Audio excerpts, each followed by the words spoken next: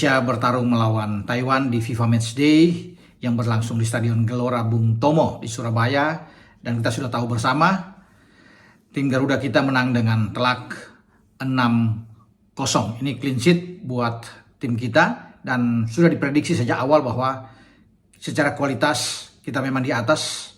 Apalagi kalau bicara peringkat, kita jauh di atas Taiwan dan kita wajar layak untuk bisa menang dalam pertandingan ini. Keterlaluan kalau sampai kita kalah menghadapi Taiwan, apalagi kalau kita bisa melihat sama-sama kan di semua aspek tim asuhan Patrick Kluivert ini unggul melawan Taiwan.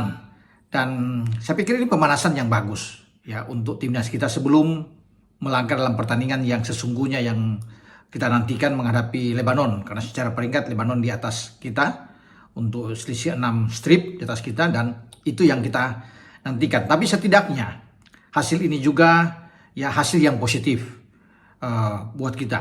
Ya, memang Taiwan lebih banyak menunggu bertahan untuk counter attack. Ada 1-2 kesempatan buat mereka untuk bisa melakukan serangan balik yang sedikit membahayakan buat kita, tapi memang itu bisa diatasi dengan baik oleh pertahanan kita dan juga oleh penjaga gawang Emil Audero. Kluivert merotasi pemain, itu sudah bisa kita lihat ya, bahwa dia memainkan semua pemain-pemain yang sebelum-sebelumnya ya, baik di putaran ketiga itu kurang mendapatkan jam bermain. Memang belum ada Adrian Wibowo, belum bisa bermain di sini. Dan dua pemain yang baru kita naturalisasi dan mendapat warga negara Indonesia sudah dimainkan, terutama di babak kedua. Mauro Sisra sudah masuk, ya, bersama dengan Miliano Yonathans. Dan belum banyak kelihatan memang dari pertandingan ini karena tidak bermain full, kecuali bagaimana Miliano ada aksi-aksi individu yang sangat baik dilakukan oleh Miliano. Ada 1 gol dianulir lewat tandukan dari Mauro Sisra yang dianggap pelanggaran oleh wasit.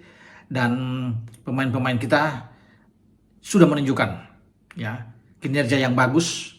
Kluivert bisa melihat tentunya siapa-siapa pemain yang mungkin akan dia pakai melawan Lebanon dan akan meneruskan sampai di putaran keempat Piala Dunia zona Asia. Kita berada di grup B bersama dengan Arab Saudi dan Irak. Dalam pertandingan melawan Taiwan ya, tidak ada Bang Jai sebagai kapten, disimpan tentunya, diistirahatkan, termasuk dengan Kevin Dix, Calvin Verdong, Ragnar Oratmangun juga tidak ada, bahkan di bangku cadangan tidak ada, dan kakak Ricky Kambuaya. Mungkin mereka hanya menyaksikan di tribun aksi-aksi dari Mark Klok dan kawan-kawan. Kembalinya Mark Klok juga satu hal yang positif, jadi memberikan ada 1 gol, selain itu ada 1 assist dari Klok, dan ini baik untuk kedepannya ya. Kemudian Nathan Choaon juga tampil oke sepanjang babak pertama. Nathan memperlihatkan kinerja yang sangat baik sebagai destroyer di tengah. Ini oke. Walaupun kita tahu bersama bahwa di lini tengah itu akan menjadi milik bagi Tom Haye dan Joe Pelupesi. Tom Haye masuk di babak kedua. Ya, ada banyak pergantian. Selain ada Mauro dan Miliano masuk, Marcelino juga ikut dimainkan, Sandy Walsh dimainkan di babak kedua. Kita bisa melihat semuanya, termasuk dengan Tom Haye. Ya, ada Vano juga ikut dimainkan. Semua dicoba ya, kecuali Dean James yang tidak dimain. Justin Hubner juga tidak dimainkan, tapi mungkin pertandingan melawan Lebanon Justin Hubner akan turun, karena ketika melawan Taiwan itu dalam segi formasi taktik itu agak berbeda. Kluivert memainkan dengan 4 back flat, di mana 2 pemain Persija itu ditampilkan, yaitu Rizky Ridho yang menjabat sebagai kapten kesebelasan, juga dengan Jordi Amat ya, yang bermain. Yakob Sayuri ada di kanan, kemudian ada Sain Patinama bermain di kiri.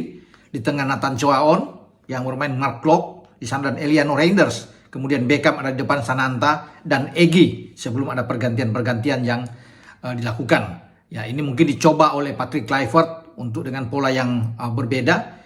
Walaupun kita kelihatan ada fleksibilitas di lapangan, perubahan dari 4-3-3 ke 4-2-3-1 karena Klok bermain dengan Nathan Choaon untuk lebih ke dalam sebagai 2 jangkar di sini, mendorong Eliano untuk bisa mendampingi Beckham dan Egy di babak pertama, dan ada striker tunggal nomor 9 yaitu Ramadan Sananta sebelum dia ditarik keluar dan Mauro Sisra dimainkan.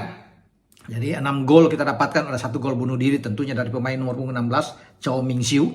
Ya, ada ini, dan Sananta juga bisa membuat gol ya di babak kedua bersama dengan Sandy Walsh, karena di babak pertama kita sudah unggul dengan 4 gol setelah dibuka di menit-menit awal oleh tandukan Jordi Amat, dan ada gol bunuh diri dari Chou.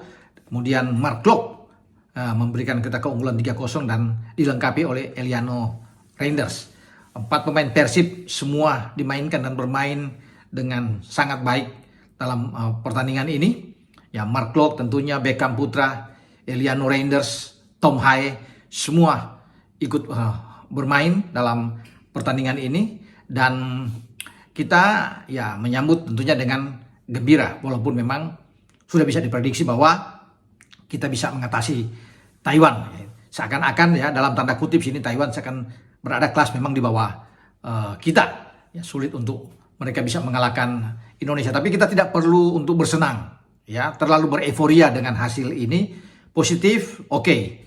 Ya, kita menyambut ini sebagai modal yang bagus untuk melangkah ke pertandingan selanjutnya, dan Kluivert bisa melihat ya pemain-pemain untuk yang paling penting kan di putaran keempat.